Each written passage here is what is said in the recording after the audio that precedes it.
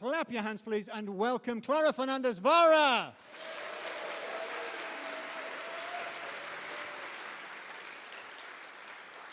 Thank you so much. Thank you for having me today. I'm really excited to be in AdventureX and lecturing today. And I'm going to talk about Japanese detective games, which I thought was going to be a very niche thing, but I see that there's a lot of people who are interested, so thank you so much for coming today. So for those of you who don't know me, I am what we call a theorist practitioner. I am a theorist in that I'm a media scholar. I'm an academic. I focus on narrative games. I wrote my dissertation about adventure games many, many years ago, and now I teach at New York University at the NYU Game Center. I've also written a book on game analysis. I'm finishing the 3rd edition as we speak. Hopefully, we'll be done soon. But I'm also a practitioner. I am a narrative designer, game writer, and the latest game that I worked on that's been released is Salt Sea Chronicles. Who's the Salt Sea Chronicles team? Yeah, woo! Okay. So it's part of the Steam event. Check it out. We loved working on it. But today I'm going to be the academic. I'm going to be the professor. I'm the professor, but I'm going to try to make it accessible and fun, because I think that this is also a really fun topic to talk about. I'm really in my happy place talking about narrative across media, looking into things like adaptation, cultural reframings, and as is the case today, reframings across cultures and time. And my pet topic in the last few years has been detective games. And in their vast majority, they happen to be adventure games. So I'm in the right place to talk about them. And what we call detective mechanics, what detectives do, is very compatible with adventure games, because we examine every object to get clues about it, just as detectives do. We talk to everybody to gather information, and we use all that information to solve puzzles, like a detective is trying to solve the puzzle of a crime. So adventure games and detective stories seem like a good match already. But there's also something that is a good match in that in the detective story, the reader is identifying themselves with the detective, and they take their point of view, while the author is kind of trying to provide enough clues for the reader to figure out the case, but not making it completely obvious and give the mystery away. A detective story is basically a game that the writer is playing with the reader. Things like misdirection, red herrings, are part of the strategies that an author is going to follow in a detective story. A good mystery creates that tension between revealing enough and hiding enough, so that when we get the solution to the case, it's both surprising, but it makes sense. It's a really fine line to thread. And we're going to talk very specifically about detective stories first, then I'll talk about games. Because detective stories have a very specific form, and this comes from this guy, Svetan Todorov, but I'm not going to do the, quotey thing, translating it to people who are not academics. A detective story as a form has 2 levels of story. On the one hand, we have the story of the crime, the events that have happened before the detective arrives. On the other hand, we have the story of the investigation, which is the story of the detective as they are putting together the story of the crime. We follow the detective solving the case. These are 2 stories that are related to each other. One is about reconstructing the other. In game terms, the detective is trying to reconstruct the story of the crime, right? That's their goal. In a book or a movie, we follow the detective as they solve the puzzle of the crime. In a detective game, the goal of the player is to put together that story of the crime. Most times. There are exemptions. There's a lot of long tradition of detective stories that is a different lecture. Today, I'm going to talk just about what we call the classic whodunit, which focuses on the reconstruction, of the story of the crime, the events that led to the detective arriving. And that's the kind of story that we think of when there's been a crime and then at the end there's, the detective explaining to everybody what has happened. What a colleague of mine used to call the Columbo moment, right? Or the Hercule Poirot moment, right? So that's a classic whodunit. So those 3 slides are basically my research of the last 10 years in 3 slides.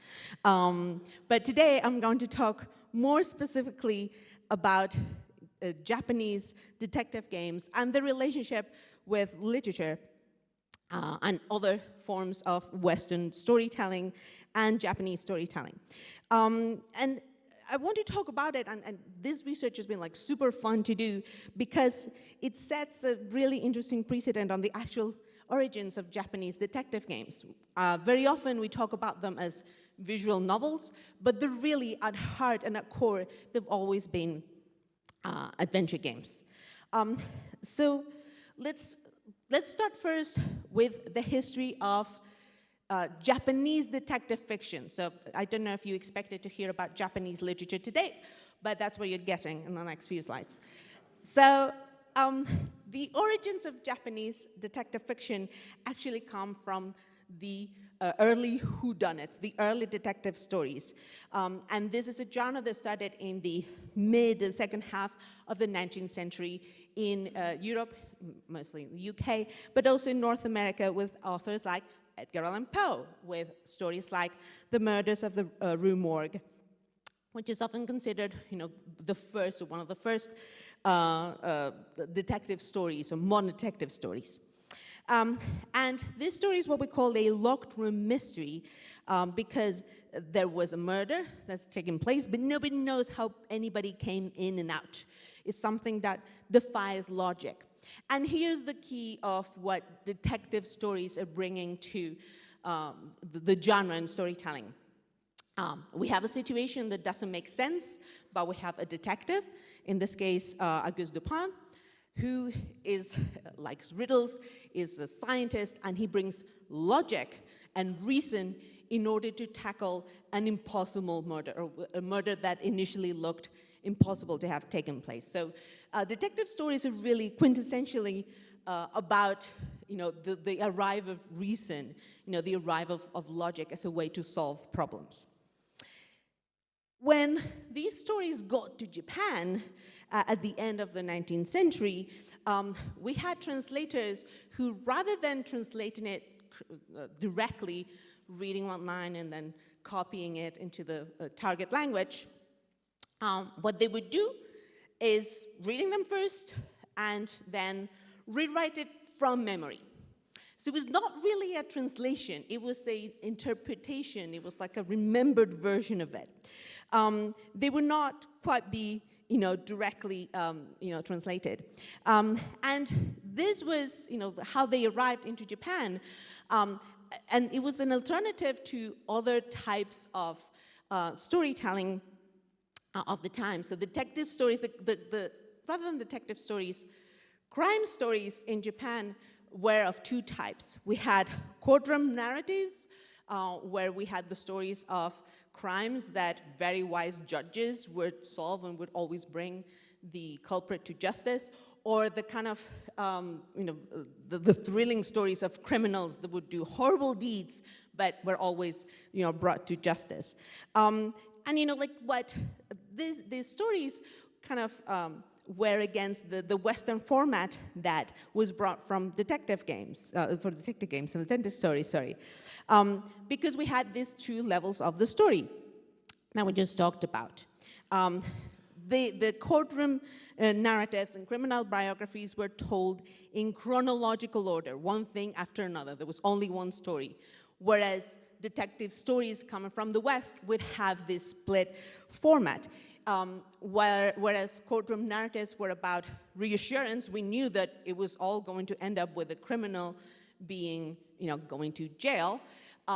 In the Western stories, it's all about uncertainty. It's all about filling gaps, not knowing what happens. In a way, that's why we like detective stories, because we want to know what happens, where we always have a bit of that gap that we want to fill. And as I said before, these stories were translated, but kind of from memory, but they were also kind of localized. We call it localization. There was a localization talk earlier. And what these translators would do is taking the original locations of the story, for example, but changing all the names to Japanese names. Or people would play in yen instead of francs if they were in France, for example. So it was a way of making that kind of unfamiliar or exotic Europe setting familiar to Japanese readers. And again, like that's part of that, the beginning of what I'm calling the hybridization of Japanese detective stories and games. We have the two cultures in constant conversation. But also we have the stories from the West kind of criticizing the judicial system of Japan, where instead of having the wise judge, we would have reason to solve and hunt down the criminals. So that's kind of like the beginning of it. An important figure of this is Edogawa Rampo. For those of you who know a bit of Japanese, is how you say Edgar Allan Poe in Japanese. And he was trying to be the Edgar Allan Poe of Japan, but also tried to write his stories in a kind of Western style. He created one of the first versions of kind of Sherlock Holmes in Japan, who was called Akechi Gogoro. And he, like Sherlock Holmes, Akechi Gogoro was, a bit eccentric. He worked with the police. He was a master of disguise. Remember that he's also master of judo. And remember that Sherlock Holmes, if you know your stories, was a master of Aikido. So the kind of Japanese sides of Sherlock Holmes have always been there. And he also had his own version of the Baker Street Irregulars, who were called the Boy Detectives Club. So if any of the boy detective figures, like Conan, Boy Detective Conan, have their origins in this guy. So this is kind of like the beginning of that. In again, the embodiment of the dialogue of cultures and stories that bring together, Japan and, the West, meaning the kind of Anglo sphere. But this was Edogawa Rampo was writing in the 20s and 30s. And then after World War II, we had a new batch of detective works that arrived in Japan, also through translation. What they do is taking the reference of the golden age of detective fiction in the UK and the US, or with people like Agatha Christie or Dorothy Sayers, or John Dixon Carr, as some of the authors that they're inspired by. And they also take the rules from S.S. Van Dyne as kind of like their credo, their rules. There's many people who wrote rules like these, but S.S. Van Dyne's are very specific. And one of the things that Van Dyne's rules is doing is that is trying to make the focus on the rational. There are no supernatural explanations, and there's always a murder. One of my favorite rules is that, he says that there simply must be a corpse in the detective novel. Somebody has to die. But he's also trying to avoid, through these rules, people falling into cliches, like the butler did it, because if the butler did it, we know the end. There's no mystery, there's no tension, we stop reading, right? So these rules were what a group of Japanese authors, influenced by Edogawa Rampo, took, and they created what we call the Honkaku mysteries, the proper mysteries. And the idea is that these are mysteries that allow the readers to have all the information to solve the case. We're reading, and if we read closely enough, and we have enough patience, we should be able to do our own detective work. But this fairness, this kind of that is kind of game-like, because it has rules, it has to be fair, is a tug of war, also gives the Honkaku mysteries their main characteristic, and is that they're very, very convoluted, because they're trying to surprise the reader at every point. Once you think you know what's happened. The following second, there's a new piece of evidence, and you're like, well, I don't know what's going on, right? So that kind of like labyrinthine, an iterative nature of the Honkaku mysteries is what, oops, sorry, I'm trying to see my notes, is what makes them, interesting to outside of Japan. But it's also one thing that is interesting too, is that because they want to give all this information to readers, they also use things like visual aids. So for example, here we have a map from the Honjin murders that tells us, this is the crime scene, and this is a locked room mystery. Using diagrams is not something that they invented, because they were basically copying things like Agatha Christie, who in her first mystery novel, The Mysterious Affair of Styles, also had a diagram of the house.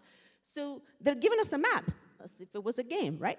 And here what they're explaining is that this is an impossible murder. But think that in rural Japan, where this takes place, there's not locked rooms. So having a locked room mystery was really hard. They had to adapt it culturally. So in this case, what the author did was saying that it took place during a snowstorm, but there were no footprints. So we didn't know how anybody could get in and out. Without spoiling it, because I cannot really explain how the crime happened, the solution is basically a Rube Goldberg machine where there's a flying sword that goes through a screen. I don't know. I read it, I'm like, sure. But that's the Honkaku for you. So we have, these texts are trying to play with the reader, given information, but they're very much, like a game, that we have to solve it, on our own. So that's kind of like the end of the Japanese literature crash course for today. But now let's see how that applies to Japanese detective games, which is what you're all here for.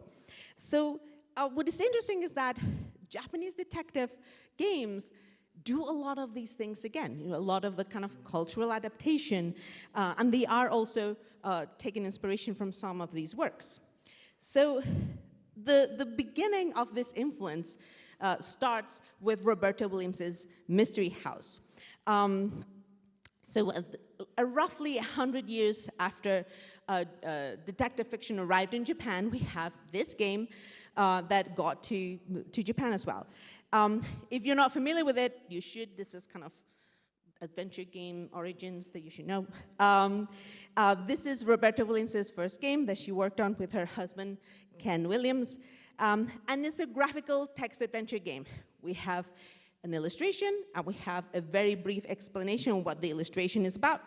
And then we have a parser input where we put in what we want to do. So, Mystery House blends two traditions.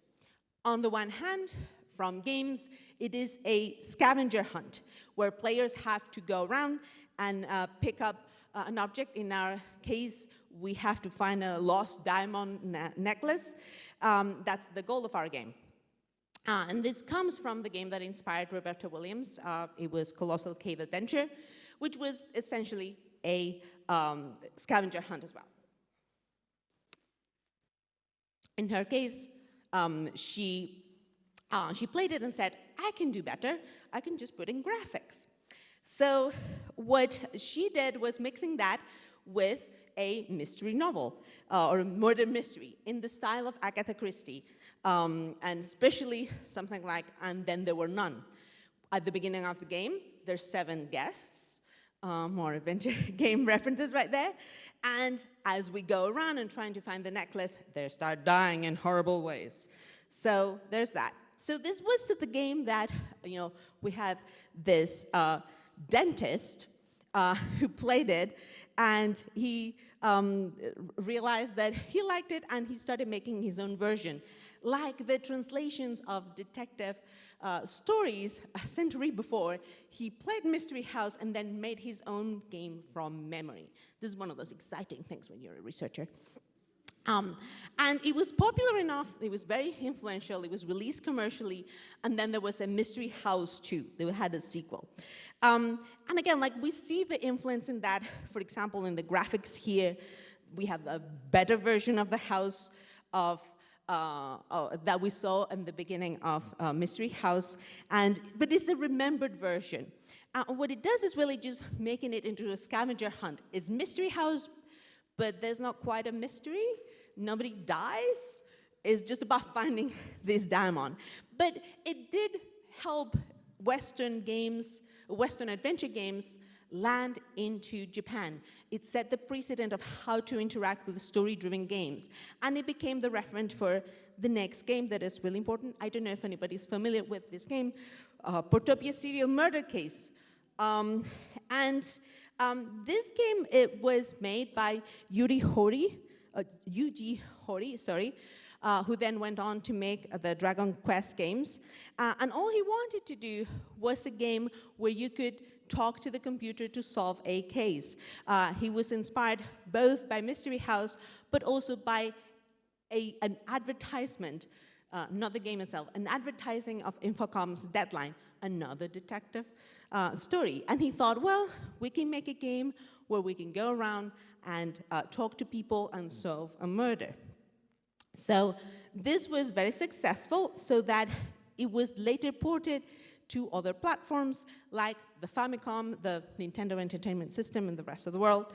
And because the console doesn't have a keyboard, what they did was having menus, just like we have menus in adventure games, in point-and-click adventure games. At the same time, we don't have to type, we just click on the word, because the parser in Japanese apparently was really hard to make work. So let's just have that. But this became the standard interface for adventure games in Japan, also where visual novels might have come from. This is one of the things that people say about Portopia. But here we have the origins of how to make a Japanese adventure game.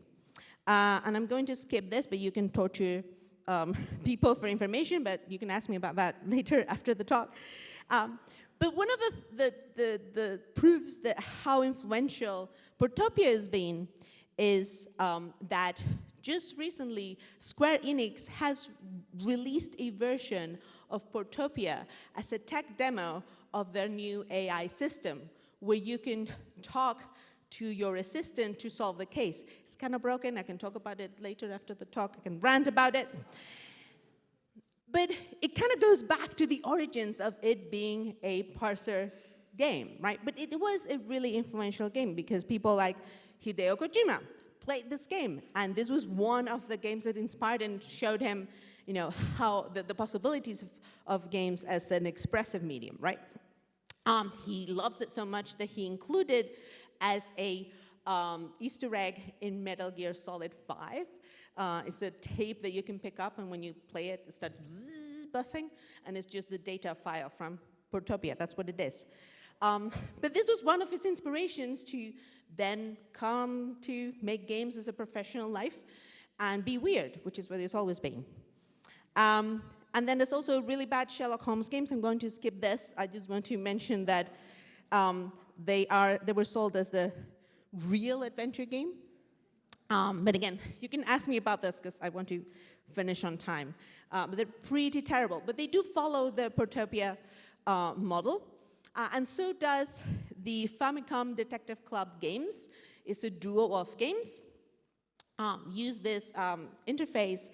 They also use, one thing that I forgot to say, one of my favorite things about Portopia is that it uses the verb think or ponder.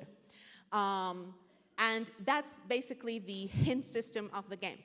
If you think, your character is thinking and telling you what you should be doing next. And showing the richness of verbs. It's not just choosing a line of dialogue like in a visual novel. You are exploring, you're talking to people, you're gathering information, you're gathering clues. The influence of Portopia also continues. I just talked about Kojima. He made two games that were inspired by movies. He really wants to make movies.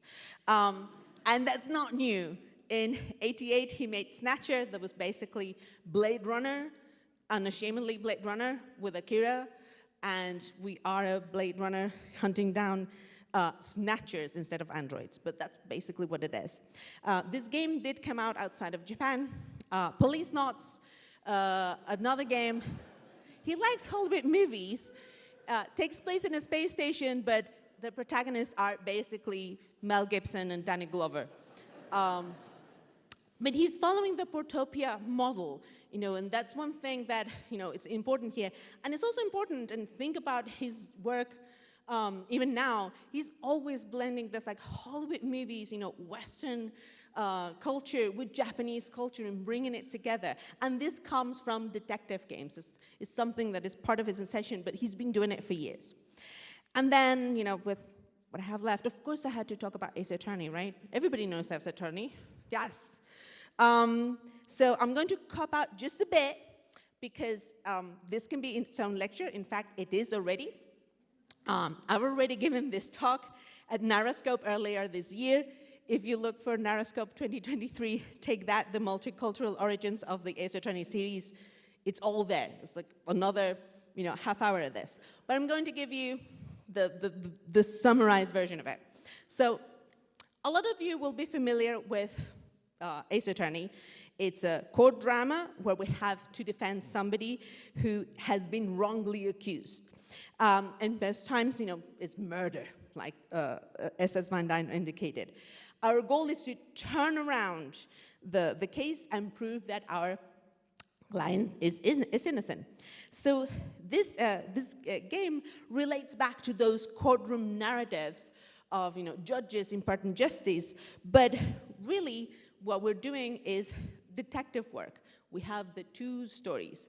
We have the original story of the crime points to the wrong person, and we have to deconstruct it, retelling it in order to exonerate our client. We are detectives.